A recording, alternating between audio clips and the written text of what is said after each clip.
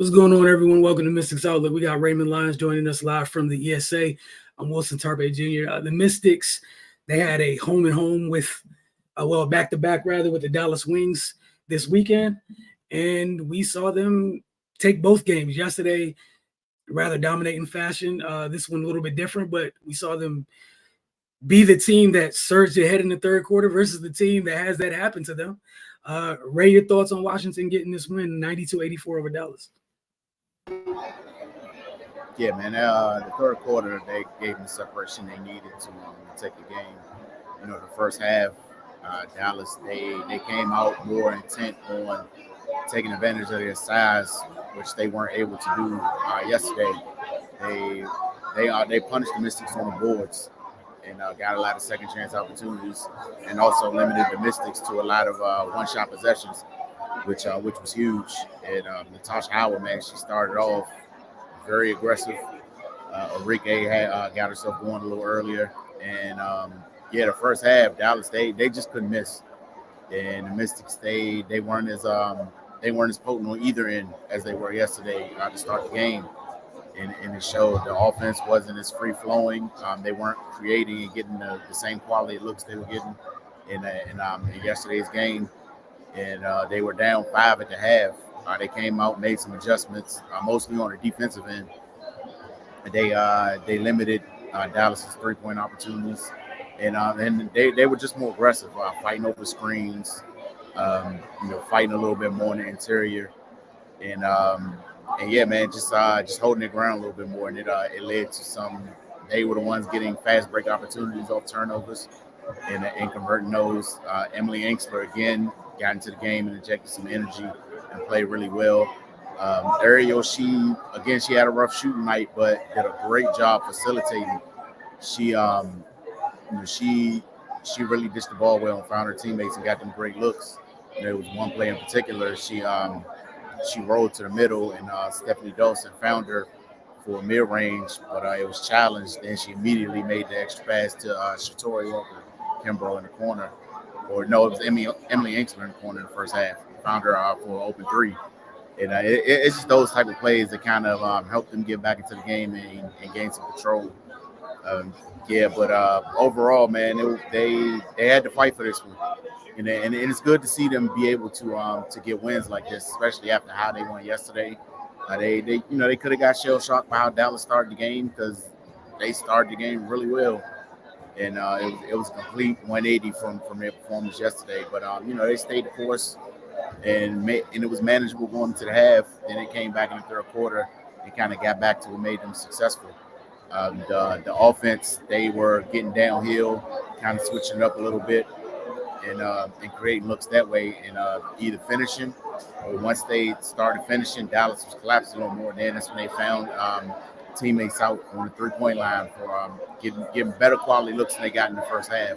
There was a lot of hands in the face in the first half. Second half looked a little different, man. They were able to catch the ball clean, set up, and get off wide open shots. So, man, that third quarter was huge. They won that quarter 29-14. Like you said, they usually been on the receiving end of that this season, and then find themselves having to scratch and claw their way back into it in the fourth. But they were able to put that pressure on Dallas this game, and then they were able to sustain it and win rather comfortably. Yeah, I think that was the impressive thing, at least for me, was them sticking with it, and then them being the team that was the aggressor in the third quarter, coming out after halftime, like you said, with those adjustments. Another good outing from Emily Engstler, perfect from beyond the arc. A lot of what she brings is they need all of it. Every different way she can impact the game, they need all of it. Another big game from Steph Dolson too. Dallas, through both games this weekend, they struggle to deal with her, especially with her ability to pop. I don't know what happens with their bigs in those situations, but she made the most of it. She was 4 or 5 from deep in this game, 6 and 9 from the floor. Anytime your big is 4 or 5 from deep, you want to talk about spacing the floor. It's on steroids in that case. That was huge. You had Maisha Hines-Allen going 2 or 3 from deep. 3 of their bigs, they had 14 threes a night. Well, this afternoon, I keep saying tonight, they had 14 threes today. and their bigs were largely responsible for most of it. As you touched on, with Aki is not a great shooting night, but she was everywhere defensively. It's about the 3 steals, the 2 blocks, the foul she drew, fighting over screens and whatnot. And again, another game where their bench made a big impact. Where if you take away the bench's impact, the outcome is a little different. And again, they're extremely shorthanded in this one. We know they've been missing Shakira also. We know they've been missing Brittany Sykes. No Leah Edwards yesterday or today. In this one, which she's been playing, she's carved out a bit of a role because of those injuries to the first 2 women I named.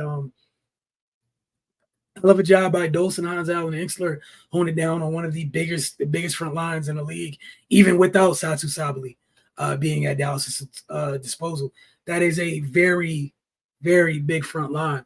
And even though, they lost on the glass, really do think they did a good job they made Dallas pay. And I like the fact that they got to the line 18 times. Thought that was huge too. But credit to them for sticking with it. And even down the stretch, a lot of things we've been talking about, they've been in so many games this year, down the stretch kind of wavered. That wasn't the case in this one. All right, that being said, player of the game, right? I went Stephanie Dawson today. Her, like you pointed out, man, her having a battle that size, being really the lone big, to be perfectly honest. Yeah, she had 18 and 8. You mentioned the shooting. It just made things difficult for the Dallas bigs, and it just gave another layer to the Mystics, or especially on offense. But defensively, we saw a couple times, same as she did yesterday. She just simply was big and was a wall and kind of a deterrent, and that gave them opportunities to defend, as opposed to Dallas just getting a quick, easy shot down low. So I went with her. Hey, look, man. When you're right, you're right. No argument for me at all. And it almost countered the start that Natasha Howard got off to. You talked about it earlier. Like she got off to, I think it was a career high 16 points in the quarter. And she finished the game with 26. So credit to Washington for that. So when they had 16 in the first quarter, they only have 10 the rest of the way. You talked about Washington's defense earlier, but yeah, definitely Steph. And again, 4 for 5 from deep and getting on the glass. That's 2 games in a row in which she outperformed the duo of McCowan and Brown for Washington while they're shorthanded. So credit to her. X Factor. I went reverse today. Emily Anksler. She, Mystics were kind of sputtering along, but when she came in the game and started to get rolling, that kind of gave them a little bit more energy and got things opened up a little bit. And she just made some high energy plays. I feel like the game really turned around once she got that. She got a steal, then went coast to coast for the finish. That just kind of injected the arena and the team with some much needed energy, and she just continued that stellar play as the game went on. Yeah, again, no argument there. Another big outing in which the team needed every bit of it. No turnovers, 5 of 7 from the floor, 3 of 3 from deep, 4 boards, a couple of assists, a couple steals, and again having the added luxury of yet another big that can rip it off the glass and go. And also, for Dallas' defense, we talked about their front line. It was another big that had the ability to put the ball on the floor and get downhill at times.